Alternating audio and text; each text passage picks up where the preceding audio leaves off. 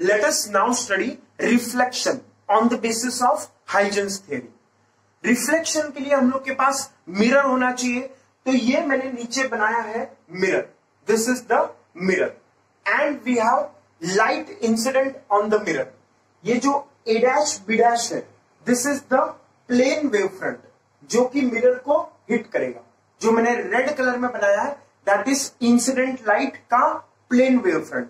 Light is incident from a source which is very far away, hence light is incident in the form of plane wave front, जो कि मैंने red colour से दिखाया है, which are marked as a dash b dash. अब a dash जो है that will hit the mirror at point A.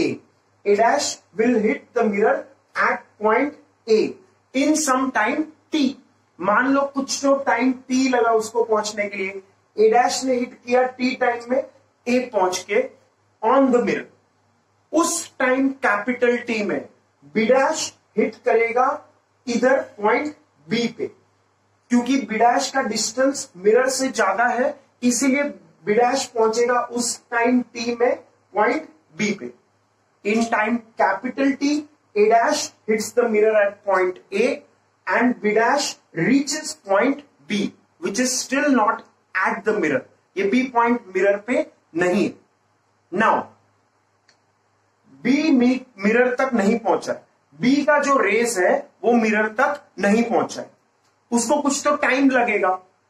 In that time will ए रुक जाएगा क्या ए रुका रहेगा, इंतजार करेगा कि बी मिरर को हिट करे? नहीं. In the time late us से स्मॉल टी, ये बी पॉइंट अपना स्पेरिकल वेव फ्रंट फॉर्म में आगे जाएगा and it will hit the mirror at point let us say C point पे हिट किया. ये B पॉइंट से रेज निकला, C पॉइंट पे हिट किया. इन सम टाइम लेट अस से स्मॉल t. कितने टाइम में पहुंचा? ये स्मॉल t टाइम में पहुंचा. अब उतने स्मॉल t टाइम में क्या ये A पॉइंट रुका होगा कि let B reach the mirror then I will start my wave front? No. A point से वेव फ्रंट निकलेगा आगे की तरफ और वो आगे जाते जाएगा. तो A पॉइंट से भी वेव फ्रंट निकल रहा है और कहां जा रहा है? आगे. कितने टाइम में? स्मॉल टी टाइम में. कितने टाइम में? Small T time. ओके. अब if you remember Huygens principle के हिसाब से common tangent gives the new wave front. Common tangent अगर मैंने बनाया इन दोनों का तो हम लोग को नया वेव फ्रंट मिलेगा. तो कॉमन टेंजेंट कैसे बनेगा इन दोनों का? तो common tangent will look something like this. मान लो अगर मैंने ब्लैक कलर के मार्कर से बनाया कॉमन टेंजेंट इसका और इसका, तो समथिंग लाइक दिस, ऐसे कॉमन टेंजेंट बनेगा. तो this is the common tangent. Okay. अब ये कॉमन टेंजेंट जो है, अब अगर मैंने ये पॉइंट को बोला डी, ये पॉइंट को क्या बोला? डी. डी और सी. सी डी क्या है? C D is the common tangent which gives the new wave front. CD is the common tangent which gives the new wave front. तो ये new wave front कौन सा wave front है? ये wave front reflected wave front है. ये reflected wave front है. This is the reflected wave front. देखो याद करो, हम लोग का ये A dash B dash या फिर AB. A dash B dash was the incident wave front. ABB क्या था? Incident wave front. ये था इंसिडेंट वेव फ्रंट. लेकिन जो कॉमन टेंजेंट है CD, उसमें क्या दिया है? CD has given reflected wave front. जो रिफ्लेक्टेड होके वेव फ्रंट बनेगा that is CD. Late us से C पॉइंट यहां पे जाके बन जाएगा C डैश, D पॉइंट यहां पे बन जाएगा D dash. Okay. Now let us do some construction. AD point को मैंने कनेक्ट कर दिया और AB पॉइंट को मैंने कनेक्ट कर दिया. AB पॉइंट को कनेक्ट किया, AD पॉइंट को कनेक्ट किया, और ये BC पॉइंट तो ऑलरेडी यहां पे हम लोग ने दिखाया. Okay. Now what we can see is this reflected wave front is perpendicular, क्योंकि वो CD टेंजेंट है. CD क्या है? टेंजेंट है कि नहीं? तो टेंजेंट परपेंडिकुलर रहेगा रेडियस से. AD is the radius and CD is the tangent.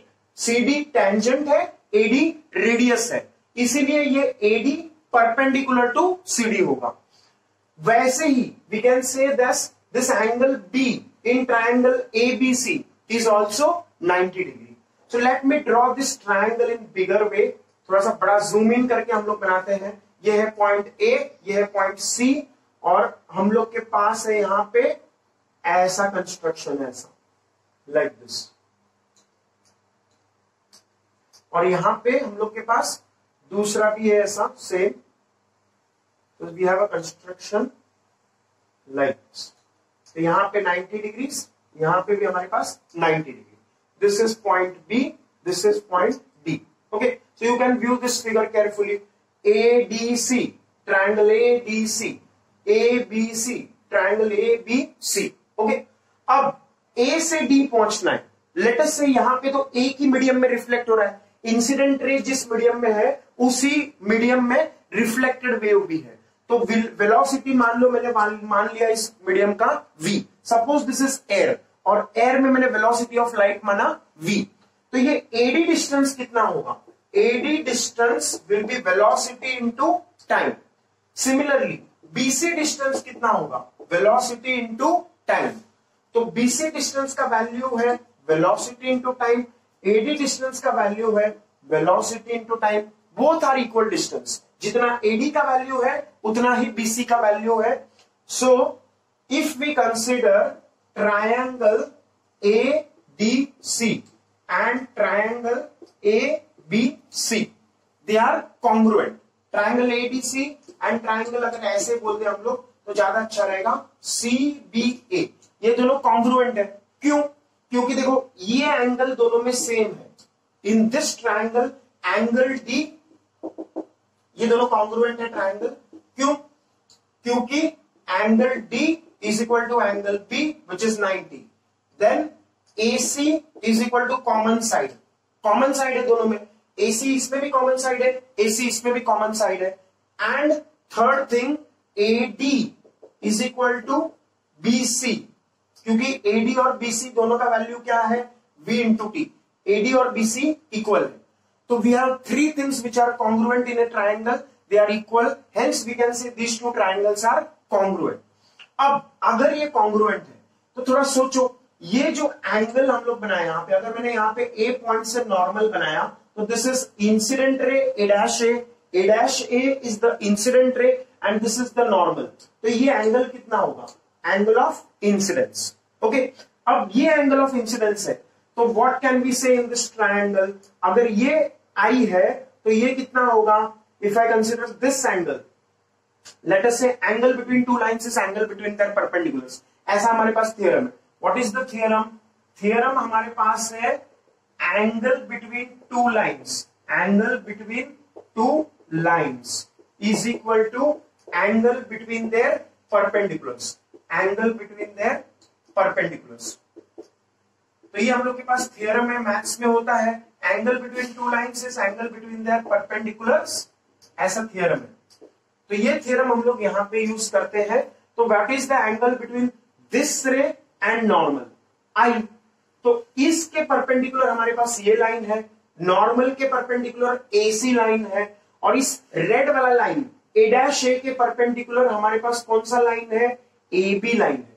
We have this line AB। AB is perpendicular to this A dash A।